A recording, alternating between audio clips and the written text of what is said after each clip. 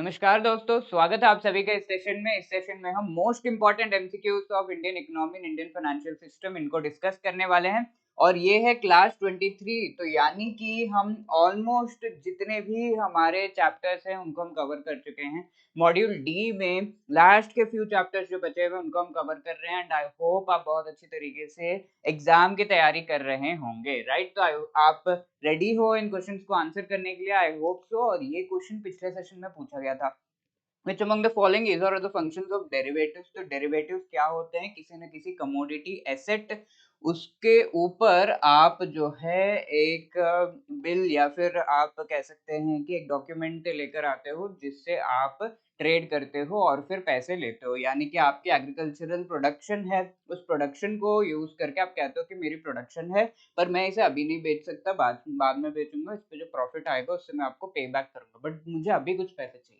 तो उसका जो इनवॉइस है वो आप यूज कर लेते हो और सामने वाला आपको पैसे दे देता है ताकि आप आगे के जो बिजनेस एक्टिविटीज है वो कर सको, राइट। तो that is a kind of derivative. और ये जो डेरिवेटिव है, इस तरीके के डेरिवेटिव्स में हम ये कह सकते हैं कि कौन से फंक्शंस, कौन से इसको हम क्यों, किस वजह से इस तरह के इंस्ट्रूमेंट्स को हम बनाते हैं वो पूछा गया है। Price discovery of underlying asset, तो ये डेरिवेटिव है। लेट्स से आप इस पूरे एग्रीकल्चर प्रोड्यूस को बेचने जाओगे तभी आपको असली प्राइस पता चलेगा कितना मुझे मिलने वाला है, क्या है। बट ये डेरिवेटिव एक तरीके से एस्टिमेट करता है, जो सामने वाला लेता है वो भी एस्टिमेट करता है कि कितना प्राइस मुझे मिलेगा। उसके बेसिस पर उसका एक परसेंटेज जो है आपको दिया जाता है। लेट्स से 100 रुपीज आपके एग्रीकल्चर प्रोड्यूस का है, आपको 90 रुपीज जो है सामने वाला देगा कि भाई ये लो और फिर जब बेच दोगे मुझे वापस कर देना, राइट। तो इस तरीके से होता है। तो price discovery of underlying asset भी हमें पता चलता है। हेजिंग प्राइस रिस्क, आपका जो भी प्राइस रिस्क है उसको आप हेज कर सकते हो। फॉर एग्जांपल आप जो है अलग अलग तरीके के इस तरीके के डेरिवेटिव जब लोगे, एक डेरिवेटिव में अगर आपका लॉस हो रहा है तो दूसरे में आपको जो है प्रॉफिट होगा। तो इस तरीके से प्राइस रिस्क जो है उसे आप हेज कर सकते हो। लेसर इनिशियल कैपिटल रिक्वायरमेंट, तो इनिशियल कैपिटल रिक्वायरमेंट बिल्कुल ऑलमोस्ट नील रहती है मोस्टली, क्योंकि यहाँ पर आपकी प्रोड्यूस है, फिर आपने एक कागज सिर्फ इशू किया और फिर बोला कि मुझे पैसे चाहिए। ओके, तो जो भी आपका आपके जो पैसे हैं इनिशियल कैपिटल है उसमें आपको कुछ भी खर्च करने की जरूरत नहीं पड़ रही है, आपको सामने से पैसे भी मिल रहे हैं। ऑब्वियसली आपको उससे वापस लौटाना होगा बट इनिशियली उसमें देने की कुछ जरूरत नहीं पड़ रही। तो दोनों ही चीजें यहाँ पर सही है, आई मीन तीनों ही चीजें सही है and so the correct answer here is D. First question इस सेशन का, आई होप आप लोग रेडी हो, फटाफट से इस क्वेश्चन को आंसर करिए दोस्तों। Which among the following is or are correct characteristics of forward contracts? ठीक है, तो फॉरवर्ड कॉन्ट्रैक्ट्स के कैरेक्टरिस्टिक्स यहाँ पे दिए हुए हैं, कौन सा सही है वो पूछा गया है। फॉरवर्ड कॉन्ट्रैक्ट्स में it covers a transaction which is executed on the day of transaction. ठीक है, जिस दिन पे ट्रांजैक्शन होता है उसी दिन उसे एग्जीक्यूट किया जाता है, उसी दिन उससे रिलेटेड बातचीत हुई और फिर उसे एग्जीक्यूट किया। द रेट ऑफ ट्रांजैक्शन, जो ट्रांजैक्शन का रेट है यानी कि इंटरेस्ट रेट है, पैसे जो है उससे related is agreed on the day of transaction, किसी ना किसी मनी के एक्सचेंज से रिलेटेड होगा, उसके ऊपर इंटरेस्ट होगा। तो वो जो रेट ऑफ इंटरेस्ट होगा वो चीज ऑन द सेम डे आप जो है डिसाइड कर लेते हो in a forward contract. Settlement takes place on the day of transaction.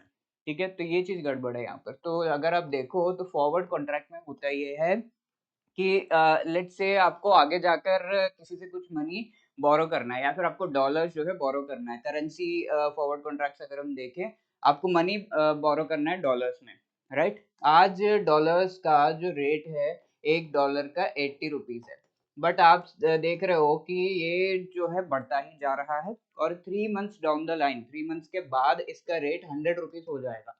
आपको ऐसा लग रहा है तो आप क्या करोगे, अभी ही किसी से कॉन्ट्रैक्ट कर लोगे कि भाई मुझे 3 महीने बाद जो है ये डॉलर चाहिए होंगे और फिर आगे जो है रेट ऐसे इंक्रीज होने वाला है, मैं वो इंक्रीज रेट नहीं देना चाहता, उसके बदले थोड़ा सा एक्स्ट्रा रेट, अभी का जो रेट है उससे थोड़ा सा एक्स्ट्रा मेरे से ले लो, यानी कि फीस या फिर अलग अलग तरह के यहाँ पे चार्जेस होते हैं वो दे दे, बट आगे वाला रेट मुझे नहीं देना, 3 महीने बाद वाला जब मुझे पता है कि इंक्रीज होगा। तो आई एम बाइंग नाउ, ठीक है, I am buying now, but the settlement जो है वो 3 महीने बाद सेटल होगा, वो 3 महीने बाद उसे वो डॉलर्स मिलेंगे, बट उसकी प्राइस क्या है आज ही डिसाइड हो गई, उससे रिलेटेड बातें, ये सारा कॉन्ट्रैक्ट जो है आज ही एग्जीक्यूट हो गया, but the settlement happens on a future date, इसीलिए तो उसे फॉरवर्ड कहा जाता है। तो फॉरवर्ड का मतलब क्या है, तो ये 3 कैरेक्टरिस्टिक्स होते हैं फॉरवर्ड कॉन्ट्रैक्ट के कि अभी हमने चीज़ें बातें कर ली कि इस समय, इस दिन, इस डेट पर जो है मुझे ये चीज़ मिलनी चाहिए। और वो सारे टर्म्स हमने अभी डिस्कस कर लिए, थोड़ा-सा फ़ीस उसमें लगेगा, yes. But what happens is आगे जाकर आपके दिमाग में चीज़ें फिक्स्ड होती है कि अच्छा इस दिन मुझे ये मिल जाएगा, तो आप सारी चीज़ें प्लान कर सकते हो। उसके लिए ऐसे कॉन्ट्रैक्ट एग्ज़ीक्यूट किए जाते हैं, but the settlement does not take place on the same day, it takes place on a future date. इस वजह से ये गलत है, ये तीनों इसके कैरेक्टरिस्टिक्स हैं, and so 1 and 2 only is correct here, and so A will be the right answer. Okay, I hope ये चीज़ क्लियर है। Which among the following statement is correct with respect to futures contract? तो futures contract again a type of forward contract होता है, okay. और ये जो futures contract है, ये फॉरवर्ड कॉन्ट्रैक्ट में लेट्स से मैं और आप, हम दोनों एक दूसरे को जानते हैं, हमने कॉन्ट्रैक्ट किया, that is a forward contract. और इस तरह के कॉन्ट्रैक्ट्स को हम ओवर द काउंटर कॉन्ट्रैक्ट्स भी कहते हैं, जहां पर हम एक दूसरे को जानते हैं और वो स्टैंडर्डाइज नहीं है, ठीक है। अब फ्यूचर्स कॉन्ट्रैक्ट में होता ये है कि जो भी मैं हूँ और फिर जो दूसरा पार्टी है उसको मैं नहीं जानता। अगर नहीं जानता तो बीच में एक इंटरफेस जो ट्रस्टेड है वो होना चाहिए। इंटरफेस ट्रस्टेड होगा तो ये चीज़ें स्टैंडर्डाइज़ हो जाती हैं, राइट? लेट्स से आपको किसी कंपनी के शेयर खरीदने हैं। आप एक्सचेंज से जो है वहाँ पर देखोगे and you will be buying. तो एक्सचेंज जो है वो एक standardized listing of all of the shares करता है and then you are buying, तो स्टैंडर्डाइज हो जाती हैं चीजें। इस वजह से जब इंटरफेस आता है तो स्टैंडर्डाइज हो जाती है, तो mostly future contracts are standardized forward contract. ठीक है, एक type of forward contract that is standardized in general. Over the counter जो है ये दो लोगों के बीच में हम दोनों ने बात किया, मैंने आपको कागज दिया और फिर फ्यूचर में आपको जो भी चाहिए वो मिल जाएगा, बट देन ये जो है ये स्टैंडर्डाइज्ड होता है। बातचीत नहीं, बीच में एक इंटरफेस होता है जिसके थ्रू ये होता है। तो यहाँ पे लिखा गया है it is a non standardized forward contract, तो ये गलत है। It is a standardized forward contract. It is a legal agreement to buy an asset at a predetermined price. जी हाँ, legal agreement to buy or sell, sorry यहाँ पर sell होना चाहिए, sell an asset at a predetermined price, that is also correct. So 2 and 3 तो सही है, पहला सही नहीं है। So B 2 and 3 is the correct answer here. Third देखिए, यहाँ दिया गया है विच अमंग द फॉलोइंग इज और करेक्ट कैरेक्टरिस्टिक्स ऑफ ऑप्शंस। ठीक है, अभी तक हमने फॉरवर्ड कॉन्ट्रैक्ट, फ्यूचर कॉन्ट्रैक्ट की बात कर ली। अब लेट्स से मैंने आपके साथ कॉन्ट्रैक्ट किया, आज के डेट में मैंने कॉन्ट्रैक्ट किया कि 3 महीने बाद आप मुझे डॉलर्स दोगे, राइट? और ये कॉन्ट्रैक्ट हमने आज कर लिया इतने रेट पे, इस तरीके से जो है मुझे इसी रेट पे चाहिए। लेट्स से आज का रेट 80 रुपीज है $1 के ऊपर, लेट्स से ठीक है आप 85 ले लेना, बट फ्यूचर में मुझे 85 पे ले लेना। ठीक है, तो ये कॉन्ट्रैक्ट हमने आज कर लिया। अब फॉरवर्ड एंड फ्यूचर कॉन्ट्रैक्ट में होता ये है कि मैं अब पीछे नहीं हट सकता हूँ, अब मुझे 3 महीने बाद आपसे डॉलर लेने ही लेने होंगे, even though I have the use और नॉट, मुझे लेने होंगे। ऑप्शंस में होता ये है कि आपके पास बहुत सारे ऑप्शंस होते हैं। एक ऑप्शन उसमें से ये है कि आप पीछे हट सकते हो कि भाई नहीं ये कॉन्ट्रैक्ट जो है हम तोड़ते हैं, जो भी इसमें सेटलमेंट कर लेंगे, बट ये कॉन्ट्रैक्ट मुझे नहीं चाहिए, आई डोंट वांट डॉलर्स। ठीक है, तो ये चीज आप कहते हो, दैट इज ऑप्शन। ये this is the difference between वो जो पहले हमने contract, future contract, forward contract देखे and options. It is the contract that gives the buyer the right and the obligation to buy or sell specified quantity of the underlying asset. तो ये गलत है। Right तो होता है कि future में आप बाय या सेल करो, but there is no obligation on it. ठीक है, ऑब्लिगेशन किस में है? फ्यूचर एंड फॉरवर्ड कॉन्ट्रैक्ट्स में है। It is not on options. Options में there is no obligation, you can back off, आप बैक ऑफ कर सकते हो, आप उस जो है कॉन्ट्रैक्ट से निकल सकते हो। The underlying asset can be commodities और फाइनेंशियल इंस्ट्रूमेंट, कुछ भी हो सकता है underlying asset, mostly commodities and financial instrument होता है, दिस इज राइट। बट ये पहला वाला गलत है, ऑब्लिगेशन गलत है। अगर इस यहाँ पर ऑप्शंस के बजाय फॉरवर्ड या फ्यूचर कॉन्ट्रैक्ट होता then this would be right, कि फॉरवर्ड या फ्यूचर कॉन्ट्रैक्ट में डेफिनेटली राइट तो होता है कि आप वो एग्जीक्यूट करो on the future date, and also there is an obligation, आप पीछे नहीं हट सकते। तो यहाँ पर ऑब्लिगेशन नहीं है, तो पहला गलत है, दूसरा सही है। So the correct answer will be B. I hope this is clear. आगे बढ़ते हैं, which of the following is और काइंड्स ऑफ स्वैप्स। ठीक है, तो स्वैप्स जो होते हैं वो एक तरीके से हम कह सकते हैं कि आपका जो रिस्क है या फिर आपका जो इंटरेस्ट रेट है या फिर प्रिंसिपल रेट है, वो आप किसी और इंटरेस्ट रेट या प्रिंसिपल से स्वैप कर सकते हो। ओके, मोस्टली 3 तरीके के होते हैं, तीनों यहाँ पे दिए हुए हैं। Currency swaps, interest rate swaps, credit default swaps. तो करेंसी स्वैप्स में होता ये है कि आप अभी US dollar and Indian currency का एक्सचेंज जो है उससे रिलेटेड कॉन्ट्रैक्ट कर चुके हो, बट आपको चाहिए कि किसी और करेंसी से रिलेटेड करना है, तो you can swap. Interest rate swap में भी यही चीज़ होती है कि आपने किसी तरीके का जो है कॉन्ट्रैक्ट कर चुके हो या फिर अभी आप जो है इंटरेस्ट रेट चेंज करके स्वैप करना चाहते हो, दैट यू कैन डू। यहाँ दोनों में ही होता ये है कि फाइनेंशियल जो है फ्लोज होते हैं, फाइनेंशियल फ्लोज को स्वैप किया जाता है। ओके, करेंसी जो है फाइनेंशियल फ्लो है, इसी तरीके से इंटरेस्ट रेट भी फाइनेंशियल फ्लो है। लेकिन तीसरा यहाँ पर देखिए क्रेडिट डिफॉल्ट स्वैप, ठीक है? आपने जो है मेरे से पैसे लिए और आपको लगता है कि मैं वापस नहीं करने वाला हूँ। तो इस क्रेडिट के ऊपर जो क्रेडिट आपने मुझे दिया है, आपको लगता है कि मैं डिफ़ॉल्ट डिफ़ॉल्ट कर जाऊँगा, तो आप एक तीसरे पर्सन के पास जाते हो या फिर तीसरे एंटिटी के पास, मोस्टली बैंक्स, पेंशन फंड्स वो होते हैं, तो वो कहते हैं कि आप जो है क्रेडिट डिफ़ॉल्ट स्वैप ले लो। अगर आपको लगता है कि सुरेंद्र पैसे वापस नहीं देने वाला, तो आप मेरे से ले लेना, तो वो बैंक देता है। तो ये जो पर्सन है आप जो है आपने मुझे दिए पैसे और फिर आपको लगता है कि मैं लौटाने नहीं वाला हूँ। तो आपने जो है ये फ़ीस दे दी टू द बैंक और फिर ये कहा कि टाइम पे अगर ये आपको लौटाते नहीं हैं, देन आप जो है पैसे मेरे से ले लेना। ठीक है? ये चीज़ कहेगी। अगर पैसे इनसे ले रहे तो बैंक जो है इनसे रिकवर करेगा।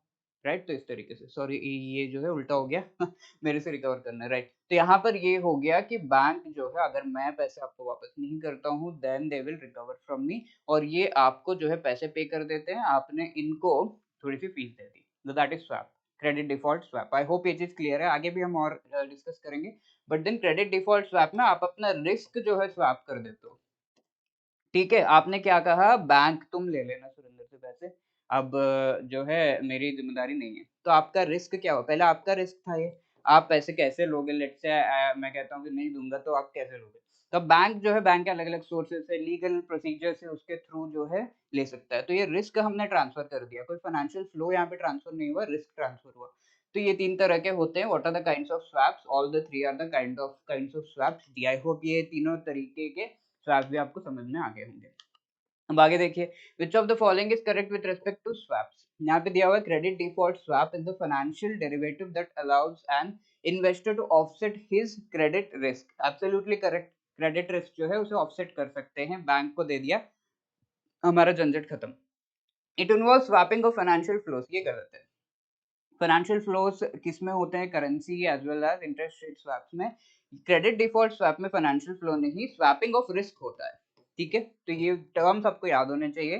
Second one is wrong, first is correct, so A one only is the right answer. Six देखिए, which of the following is correct with respect to RBI guidelines? तो क्रेडिट डिफॉल्ट स्वैप्स में कई बार बहुत सारी दिक्कतें हो जाती हैं, पैसे नहीं दिए, बैंक ने जो है रिस्क ले लिया, बट वो बहुत बड़ा जो है डिफ़ॉल्टर है, भाग गया इंडिया से, तो कैसे जो है रिकवर करेंगे? तो ऐसे समय में होता है कि क्रेडिट डिफ़ॉल्ट स्वैप्स जो है थोड़े रिस्की हो जाते हैं। इस वजह से आरबीआई ने गाइडलाइंस दे रखे हैं इससे रिलेटेड कि ऐसे-ऐसे करो। इस गाइडलाइन के हिसाब से non retail users shall be allowed to undertake transaction in credit derivatives for both hedging and other purposes. Non retail users are institutions mostly, तो वो क्रेडिट डिफॉल्ट स्वैप कर सकते हैं with respect to hedging and other purposes, अपने risk को जो है hedge करने के लिए and also for other purposes.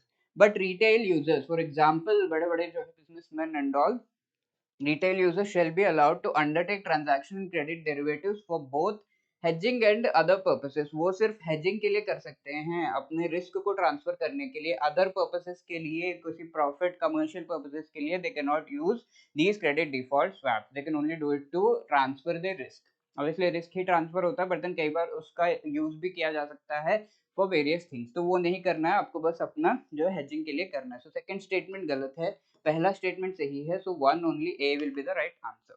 अब सेवेंथ देखिए, सॉरी गाइस यहाँ पे आंसर आ गया, but then let's read the question. If a company wants to borrow US dollars this much, then यहाँ हम कह सकते हैं if a company wants to borrow US dollar 1 million for a period of 3 months from now, what type of forward rate agreement FRA should it by? तो यहाँ पर देखिए ये दिया गया है कि जो क्रेडिट जो इंटरेस्ट स्वैप है उसमें ये हो रहा है कि एक कंपनी 3 मंथ्स के लिए 3 मंथ्स के बाद जो है फॉरवर्ड एक कॉन्ट्रैक्ट करना चाहती है कि 3 मंथ्स के बाद मुझे इतने पैसे चाहिए लोन में, पर उस समय मुझे अभी तो लोन का रेट 10% है, बट मुझे लग रहा है कि 3 मंथ्स के बाद 15% हो जाएगा, तो आई वांट यू कि आप लेट्स से 11% पे लोन दे दो मुझे, बट यहाँ पर ये है कि हम कॉन्ट्रैक्ट अभी कर लेंगे।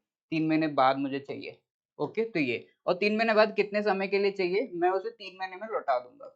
ठीक है, 3 मंथ्स और फिर ये 6 मंथ्स तक पूरी ट्रांज़ैक्शन क्लोज़ हो जाएगी। ओके, तो ये चीज़ कही गई है कि मुझे 3 महीने बाद 3 महीने के लिए लोन चाहिए, ये कहा जा रहा है। 3 मंथ्स फॉर 3 मंथ्स। तो ऐसे तरह के फॉरवर्ड रेट एग्रीमेंट, किस तरीके का फॉरवर्ड रेट एग्रीमेंट जो है बाय करना होगा, उसका स्टैंडर्ड जो नोमेनक्लेचर है किस तरीके से है। तो यहाँ पर ये जो नीचे 2 नंबर्स हैं, इनको यूज़ करके फॉरवर्ड रेट एग्रीमेंट्स को नेम किया जाता है। इनके नोमेनक्लेचर है 3/6, यानी कि जितने महीने बाद ये शुरू होने वाला और जितने महीने बाद ये खत्म होने वाला है, ये 2 इम्पोर्टेंट हमारा इन्फॉर्मेशन है of the specific interest rate swap. और इस वजह से हम ये कर रहे हैं कि इन दोनों चीज़ों को हम उस इंटरेस्ट रेट स्वैप के नोमेनक्लेचर में लिखते हैं। ठीक है? लेट्स से 6 महीने बाद 6 महीने के लिए आपको जो है चाहिए, आपको लोन चाहिए। तो 6 महीने बाद आपको चाहिए फॉर 6 मंथ्स। ठीक है? 6 मंथ में आप उसे लौटा दोगे, यानी कि कितना हुआ 12 मंथ में पूरी ट्रांज़ैक्शन क्लोज़ होगी। तो इसकी नोमेनक्लेचर क्या होगी 6/12। आई होप ये चीज़ क्लियर है, राइट? सो करेक्ट आंसर यहाँ पे क्या है 3 and 3 दिया गया है, so 3/6 will be the right answer. I hope ये चीज क्लियर है and so A will be the correct answer. Although हमने देख लिया but then yes ये इसका explanation है। आगे देखिए 8th question, which of the following is facilities provided by a factor in factoring। ठीक है, तो कई बार ये होता है एक जो है पर्सन है और उसने एक पर्सन को चीजें बेची हैं। ठीक है, ये एक सेलर है लेट्स से, और ये जो है एक बायर है, और ये बायर कहता है कि तुम मुझे सामान अभी दे दो बट मैं इसकी पेमेंट थोड़ा बाद में करूँगा। तो ये सेलर मानेगा, कुछ ना कुछ तो चाहिए यहाँ पे गारंटी ना। तो वो गारंटी प्रोवाइड की जाती है बाय फैक्टर।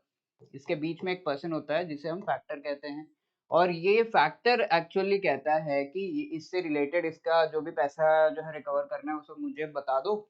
एक उसका जो परसेंटेज है, लेट्स से 100 रुपीज़ इसे देने हैं, तो वो कहेगा मैं 80 रुपीज़ आपको दे देता हूँ एंड 20 रुपीज़ व्हेन जब मैं पूरा पैसा जो है रिकवर कर लूँगा then I will give you 20 rupees, उसमें से थोड़ा कमीशन मैं काट लूँगा। ठीक है? तो वो फैक्टर करता है और फैक्टर अपनी फीस ले लेता है इसमें, क्योंकि सर्विस प्रोवाइड कर रहा है, राइट? सो ये बायर जो है एक तरीके से डेटर बन गया, यानी कि उसने डेट लिया है, बाद में पैसे देगा। सामान तो ले लिया बट पैसे बाद में देगा, तो वो डेटर बन गया, इस वजह से इसे डेटर कहा जाता है। और ये बीच में ये जो फैक्टर है, ये क्या करता है?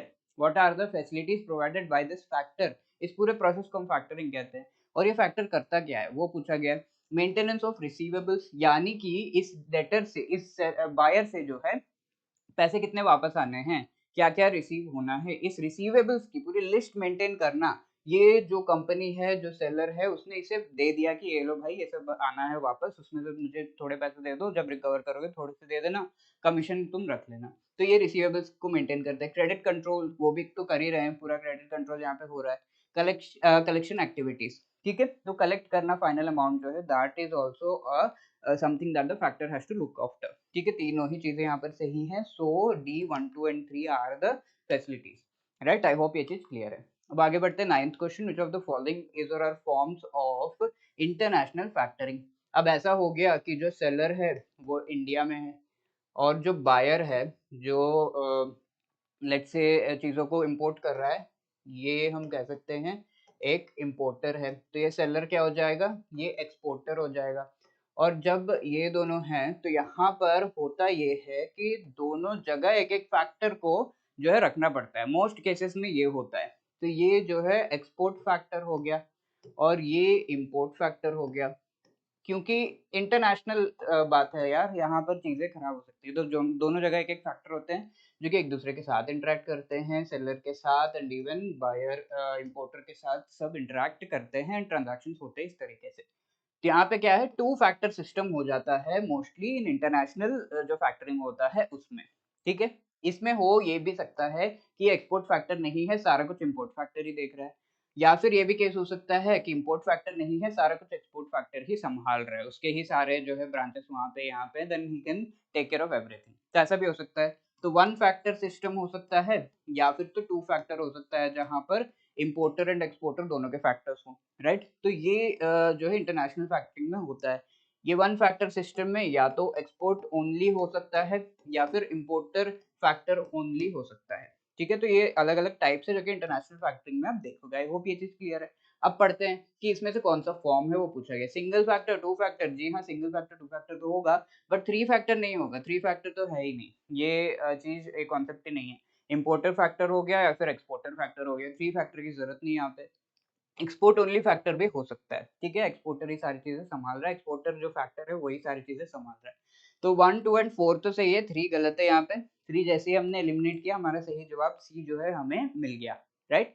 आई होप ये सारी चीजें क्लियर है। 10th क्वेश्चन आपके सामने, in India which among the following conducts forfaiting transactions for the exporter community, ठीक है, एक्सपोर्टर कम्युनिटी के लिए फैक्टरिंग के बाद एक और आता है फोरफेटिंग। तो फोरफेटिंग जो ट्रांजैक्शंस है वो कौन कंडक्ट करता है इंडिया में, वो पूछा गया। एग्जिम बैंक, आरबीआई, सेबी या फिर कॉमर्स मिनिस्ट्री, राइट। इनमें से जो भी आपको सही लगता है please do answer in the comment section. इसके साथ में आपके जो भी डाउट्स है, क्वेरीज है, आप हमें कॉल करके पूछ सकते हो 8146207241 पर, या फिर you can drop a mail at hello@edutap.co.in। Thank you so much, all the best दोस्तों, exam is fast approaching. I hope आप लोग प्रिपेयर्ड हो, keep your confidence high, all the best, जय हिंद।